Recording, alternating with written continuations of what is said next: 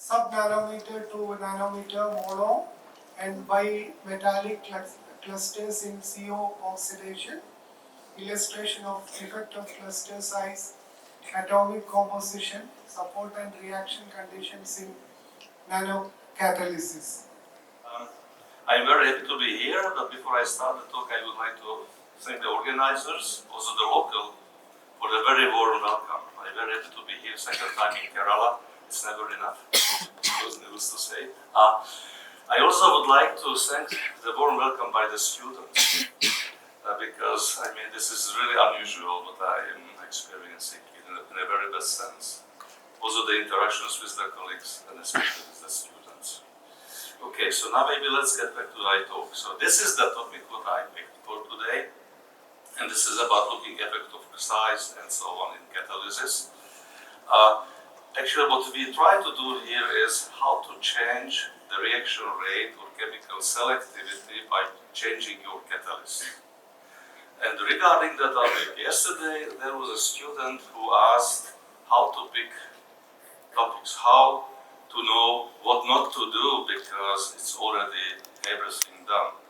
So this is a reaction I was always telling I will never do. So never say never. There was a theoretical, because it was so much studies all over the world, the best group surface scientists group. He said, what can we do new? It took him, Alessandro, about 3-4 years to persuade you, then we did it. And I think we found something new at the end very well. So never give up if you would be choosing a topic. So now, to the sides. So I said maybe we could start with some refresh of the catalysis. Probably everybody here heard about catalysis, knows the basics. But if we go back to the history, it was Berzelius almost 200 years ago. He came up with the idea of a catalyst which would speed up or change the reaction rate. Berthelot started talking about temporary bonds which are forming during a catalytic reaction. Later, Oswald redefined it a little bit more precisely. Definition, speeding up the reaction by a foreign body, and also defining a catalyst which speeds up the reaction, but it's only like a communicator, it will be not used up as a reactant during the reaction. And he was awarded the Nobel Prize. Next Nobel Prize went to Sabatier, who were in France again, who actually defined there are temporary unstable intermediates on the surface of a catalyst during the reaction. So these are things you don't see at the beginning, you don't see at the end, but they are there during the reaction. And there are, of course, methods you can look also at these intermediates. So this is about it. So now, anybody who doesn't know this scheme? I think everybody does. But this is actually the simplest ratio you could think. It's one reaction coordinate. It means you have some reactants, they only produce one single product, yeah? But life or chemistry will be so beautiful, organic chemistry here and others, how to synthesize materials. You know that it's not, when you do a reaction, it's not only one product you make, but you can have various products. And here this is just, maybe from the Munnar region, but it's from Kerala mountains. So you can imagine that you start somewhere here in this cloud. So this is the cloud with your reactant gases. And then of course you have different hills and bumps, and you can go from there different ways. Yeah, you can take the easy hike, going there, you get some reaction products. You can get a more demanding one, you may make different products, or you really shoot for the best, and you can have another products, right? So how to achieve that? Well, the first one looks like an easy walk, you know, just too easy, let's see. Well, here this is a bigger bump. I mean, why don't you take a Maruti Jimmy or something like that, get the help with the four-wheel drive, get it up and get the different products. Well, I don't know how this guy would do. I failed even here in the smallest hill in Kerala, yeah? But that was also reaction conditions, it was heavy rain. So this is also another thing in the reactions. Anyways, but here Jimmy would not help you, so maybe you would need something really special to get on the hill, behind the hill and get your products. And this is what I loved, this shield, the sign around the road, maybe elephants. Yeah? So if I would translate it a different way, depending where you want to get, you may need a different vehicle. You can do it very simple way, or you may get some really different ways or things which will take you there. And these are like different catalysts, okay? So just about that.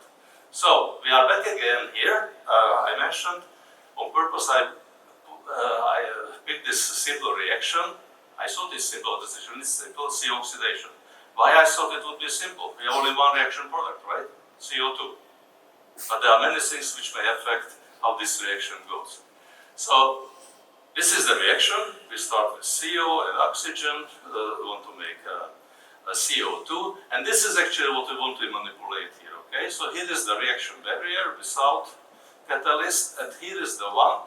And we will try to find catalyst to lower this. Sometimes you go higher, sometimes you go lower. It means sometimes you speed up the reaction, sometimes to slow it down. And this is actually when we look with different materials, different kind of catalyst, how to reach that. And we also look into alternatives to precious metals. Of course, we do precious metals as well, like platinum, which is one of the best, if not the best oxidation catalyst.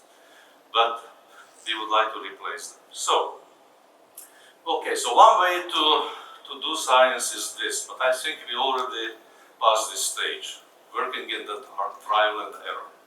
But yesterday there was a talk that somebody talked about Haber-Bosch.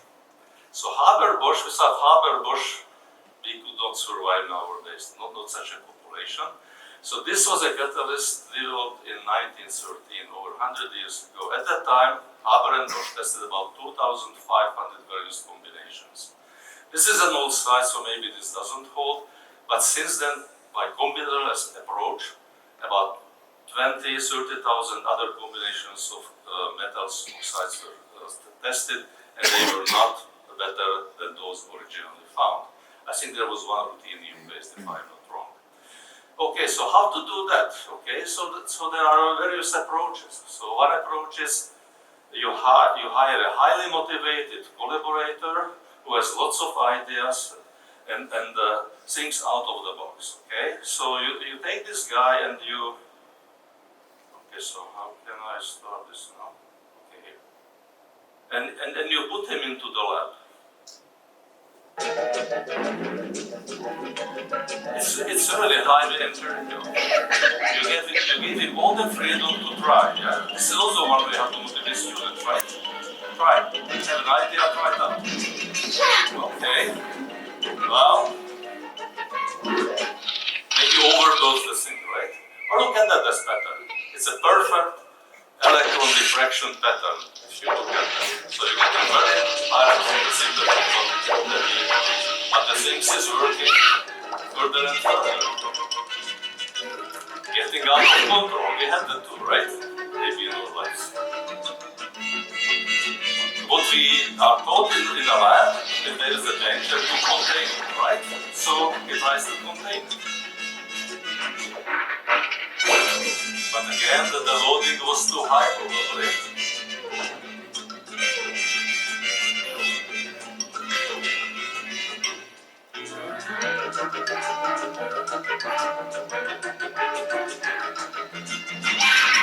Now here we go, look at that. He's producing all shapes, all forms, all sizes of materials, building blocks, right? Like building blocks for chemistry. Then he puts them together, and what he gets? A highly functional material. So you can start with small things, you can assemble them, and you can end up with something which works. Okay, so this is all the which is coming out from the experiment, and of course you can then pick depending on the reaction what you do, various sizes, compositions, and so on. And this is what we actually also do. So if you talk catalysts, nanocatalysts, subnanocatalysts, I don't know if anybody would say what is the difference. It's all about catalysis, and it doesn't really matter what is the size of the catalyst, whether it's a big crystal, a nanoparticle, or it's a subnanometer size small unit. It's always just a handful of atoms in that thing which makes the chemistry. So in our case, we are primarily focusing on subnanometer size catalyst and also nanometer size catalyst, and as I mentioned, looking into size composition support effects in given reactions. So this is what we work with. Actually start with single atom if we need to, small clusters, monometallic, bimetallic if you like. And again, you can use these units to put together like a Lego block. We also such a presentation earlier yesterday, when you can put shapes together which are not normally made just by directly. We also do larger clusters, also chemical waste prepared. I will be not talking about that, but this is the way to bridge. So here are some of the clusters, small ones we made, 3 atom, 8 atom, 1.5. This was made by assembly actually, heating up these clusters. And you can see some variations, big variations actually in the structure. So these are highly amorphous, if you like. So these are highly under-coordinated atoms, and every atom is exposed to the reactants. So because of this under-coordination, you can get really high reactivity. But if you go to this size range, about 1.5 nanometers, you can already see crystalline structure, facets, edges, corners. So just moving between 1 atom or 3 atoms up to 1-2 nanometers, you can actually get very different active sites where the reaction is happening. Okay? So, but then we had this gap here. And this is a gap between roughly 1 and 2 nanometers, when it's not very easy to synthesize clusters or nanoparticles with high precision. But our folks in Prague built another machine, which again allows for the size selection up to about 2 nanometer size. So now we result a gap, size gap, we can work from a single atom up to about 2 nanometer size clusters. This is a platinum 40 cluster, as you can see, that's made still under coordinate. So into the talk, I will be trying to put only these, starting from a small cluster, and maybe hopefully we will get also to these larger ones, and also mention some of the bimetallics. So this is a long list of what we do. So it's not only CO oxidation what we have done, but we look in various reactions, dehydrogenation, oxidation, and you put oxygen bond here. We looked at Fischer-Tropsch. CO2 hydrogenation is also one of the big projects we have, or the activation of methane together with CO2. But we also provide our samples to electrochemists who tested these clusters in water splitting, for example, but also in batteries, and this is still ongoing. Or using small clusters as ultra-sensitive sensors for these sensors of CO2, O2, or carbon monoxide. So for today, I picked this, the CO oxidation of these clusters. I may be not able to get to all of these. I just want to give you an essence what happens if you change metal or size of these clusters or composition, eventually the support. So this is our beaker, how we make our catalyst. I'm not sure if we saw cluster machine before here. Here you sputter, you kick out from this target atoms with argon atoms. And then in this region here, clusters, nanoparticles are formed, positively, negatively charged neutrals. And then you lead these, let's say, positively ones through this funnel, ion guide into a mass spectrometer. Well, mass spectrometer is, I believe, well known for all of you. And then here you can look what kind of clusters you make. When you pick the right one, you can deposit them. So this is shown here, an example of silver cluster. You can optimize as you do it in a beaker reaction conditions. We optimize parameters here to get smaller clusters or larger ones. And then let's say you pick the silver trimer only, and you throw away all the rest, and the silver trimer you deposit on a support. What was new when we started this work was also that we started depositing these clusters on industrial relevant supports, which are oxides, amorphous oxides, and tested also under atmospheric pressure conditions. So this is how the machine looks like. It's about 3+ meter long, 3 meter tall. It turns out that the smaller clusters you want to make, the bigger machines you need. So luckily we are not going under 1 atom. I could not imagine the size in this case. Okay, so there are 2 machines. In one we can go to 2000 mass units. For imagination, that's 10 atom clusters. In a bigger machine we can go up to 16,000, and this is when you are crossing also into the nanometer size range. In both you can do with atomic selection also pick the composition. So this is just to see what this supports. Then when we send this to our UHV physicist collaborators, they said it's ugly because they are used to single crystals. But these have lots of defects, also actually cracks in it. And these supports are very good to stabilize clusters against diffusion, agglomeration on the surface. And so this is roughly the chip size, 2 by 2 millimeters, so you get an idea on which we deposit these clusters. And we use about between 1 and 20% of a monolayer equivalent. So we are talking 20-30 nanograms metal on one sample. This is what then we are testing. So this is not the grams or kilograms amount that you guys are used to.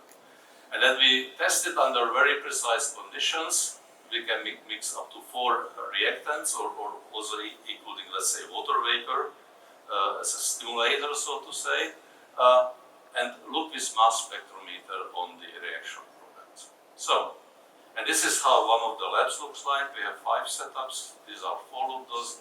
So here is this small cell. Here we have mixers for diluted gases, but we can also mix concentrated methane and oxygen and also do this kind of reactions. So another thing what we have developed over the years was at Argonne, at the Advanced Photon Source, an in situ operando characterization. It means to look at these clusters under reactive conditions. Those are the same conditions we have in the lab, same pressure, it's over an atmosphere. And here in this setup, because it's a very, very small loading of particles, you have to be surface sensitive. So you cannot measure in transmission mode when you have bulk, but surface sensitive. And I think it's called stone skipping, or what is the name of this game here. So this is actually what you do. So you come with close to 0 degree with the X-rays at the synchrotron on the sample, and the photon jumps off literally. So it only fills the top few monolayers on that material, and this way you can actually characterize these very small clusters. So these data here, those are actually real. So if you do this kind of experiment, you can measure the reactivity on the mass spectrometer. You can also look at the size and the shape from this pattern of the particles, so you can analyze for the height and also for the width, so you can look whether they start agglomerate or whether they change aspect ratio in reaction. You can also determine the oxidation state of the metal component in the clusters, also when it's mixed. So you can this way identify whether your working catalyst is metallic, I mean reduced, or whether it's an oxide. So, okay, so let's go back to the reaction. This is the first reaction what we did. I will be just giving snapshots so you get a taste of it. So this is a reaction ramp. You go from room temperature, you climb to 300 degrees, and at the same time to look at the production of CO2. And this is the actual intensity only coming from the clusters, so no background in it. And if you can see, you can reach up to 3,000, rate of 3,000. It means 3,000 CO2 molecules produced per second on one cluster, so 300 per atom. But we also noticed here that every time we climbed the temperature, when the next step, there was a drop in the activity, and we could not understand why was it. It's not that platinum can submerge maybe to the surface. It could have been poisoned with carbonates. Or if you have too high CO2 content, CO concentration, actually the platinum cluster can lift off, or even you can get sublimation or losing parts of it. We didn't know what it was. And it is when we started collaboration with Toyota labs. And what they did, they grown out same 10 atom platinum clusters on single crystals of aluminum. So we went from amorphous to single crystals. And they helped us to understand whether it's a temperature effect or something else. So first they just heated the sample. This is under room temperature. So when they added, this is the average height of these clusters, quite flat, 2D to 3D, some of them. If you add CO and oxygen, they restructure, what you can see here. They grow in the height as well. So just by adding these reactants, there's enough energy absorbed that they can change their structure. But what happens if you heat them? So this is room temperature as deposited, 150 degrees, not too much change. But also above 150 degrees, these clusters start to be active, and we can see that you are losing the height. So that was the information that these clusters actually, during reaction, dive into the alumina support. And from XPS, what I'm not showing here, there was also poisoning by CO3. So these two steps explain why we were having this dip, the decrease in the activity at a given temperatures. So now if you do this in the presence of these reaction mixture, CO and O2, this is what you start with. That's the same as it was before. But already at 150 degrees centigrade, this beautiful crystalline alumina gets busted. It turns into amorphous film, and what was quite interesting to see, it was roughly the same thickness as our ALD amorphous alumina before. So this is what we can say, okay, here we kind of reach the materials gap. Okay, good. Okay, good. So now what can you do next? So this is just to recall what the 10 atom platinum cluster did, the single size, no plus minus. So how about to replace it with something cheaper? So we went, one more thing, the oxidation state. You know, platinum typically doesn't oxidize too much, but if you make this platinum very small, these clusters initially, this is the average valence state, is about 2. But during reaction, they partially reduce to about 0.5. And this is again very important information for the theoreticians, because then when they model these reactions and calculate it, they know whether they should do dealing calculations with metallic clusters or with oxides. It makes a big difference for the calculations. Okay, so now we switch. So how about replacing up to 70–80% of the platinum with a cheaper metal with silver? So we did that. This was in a collaboration with Isato, the Toyota cluster lab, who prepared these samples.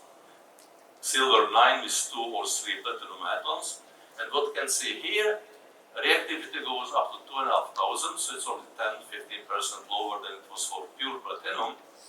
But these guys are already more active at lower temperatures, and we do not see this decay at the higher temperatures.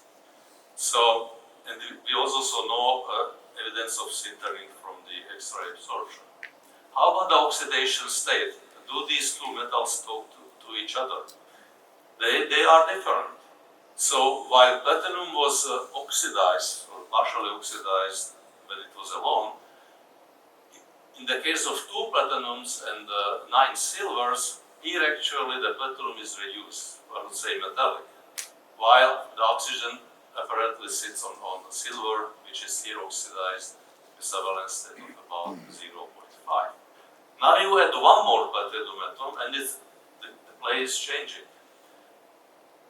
At the reaction temperatures, the oxidation state of silver jumps up to 1, but there is also a correlation of the increase of the valence state for platinum.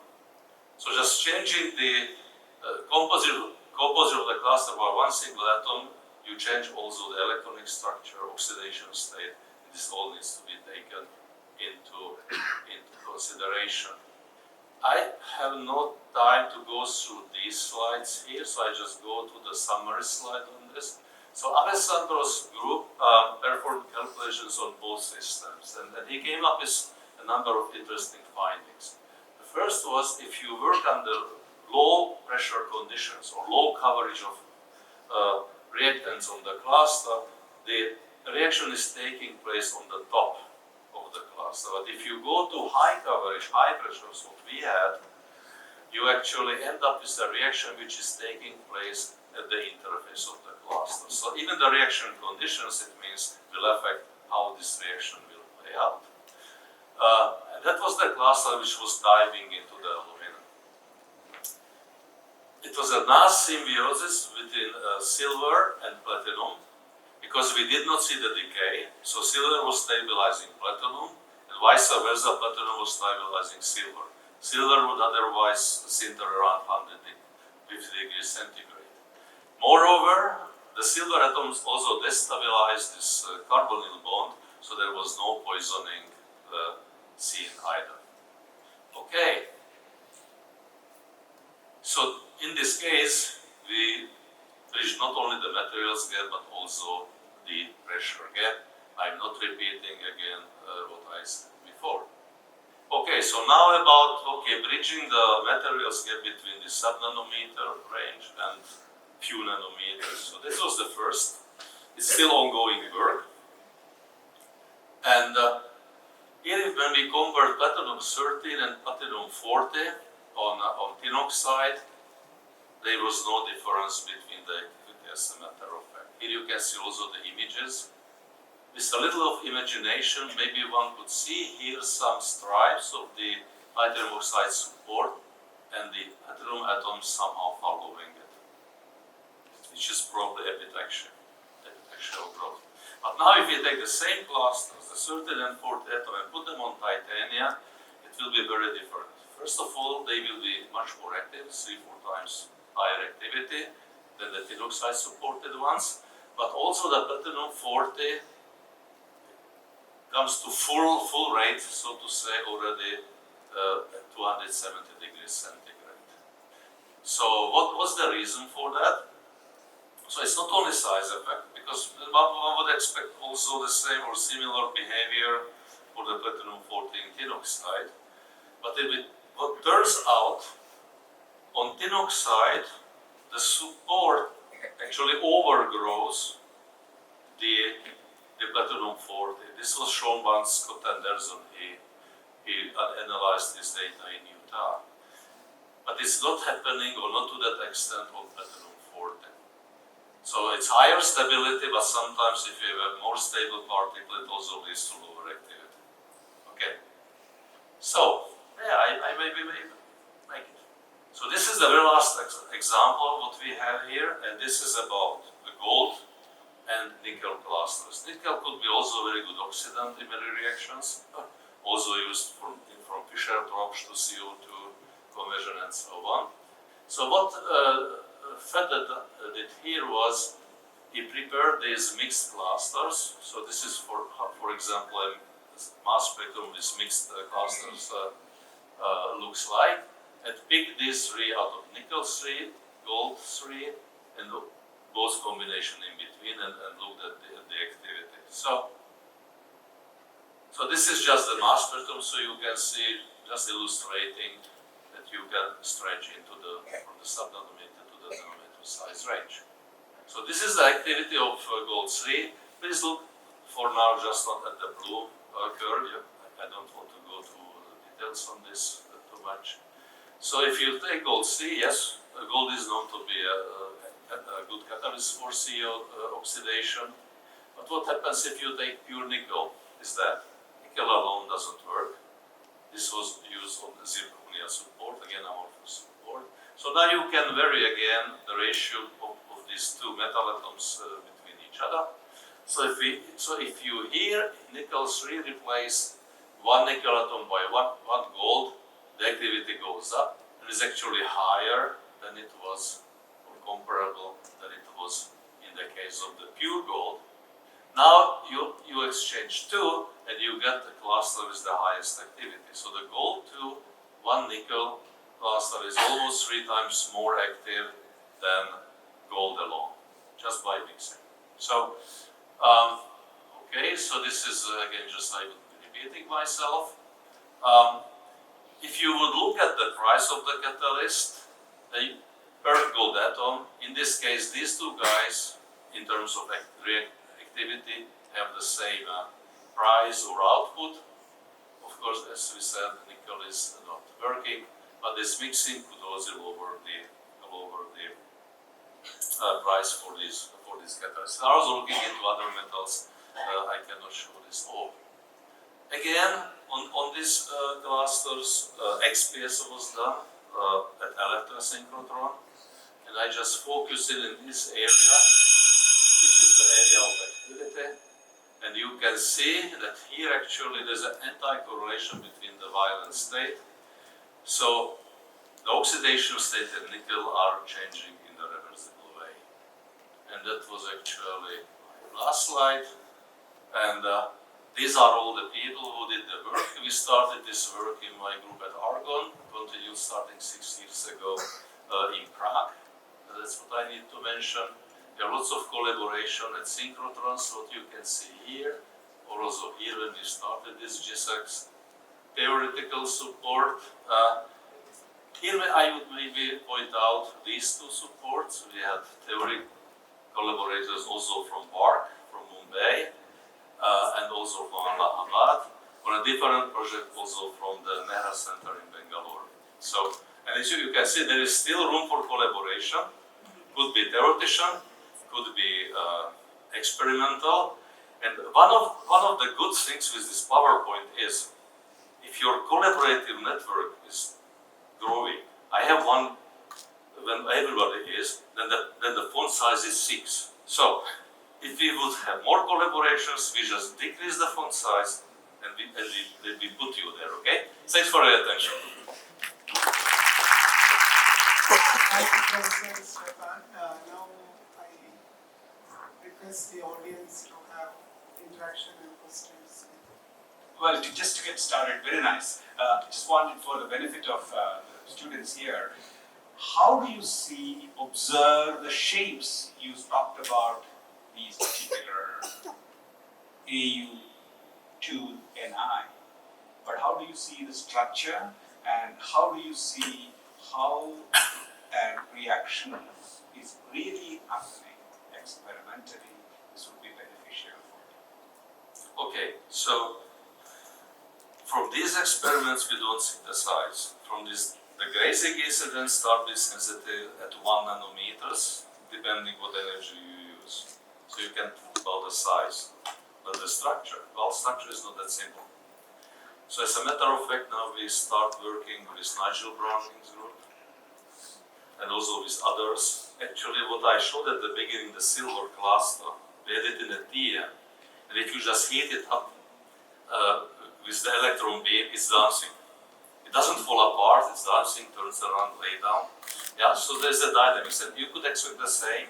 If you have gases, you come in with CO, it's over 1 volt energy. It will change the structure. So we cannot see from the experiments right now, but now we are working too, Fritz Haber, also Liverpool, when they have pressure cells, I mean environmental cells, when we can look at it in the small clusters. So this is what we are going for. We looked at larger particles in environmental microscope in Marseille. It was larger silver particles, and we saw it was very selective towards propylene oxide or acrylate formation. And we looked at these clusters. We saw from X-rays that they change the aspect ratio as you change the gases and the temperature. So propylene is reduced, oxygen is of course oxidizing. And there was very interesting patterns coming out in this scattering, which told you there was directional scattering from various facets.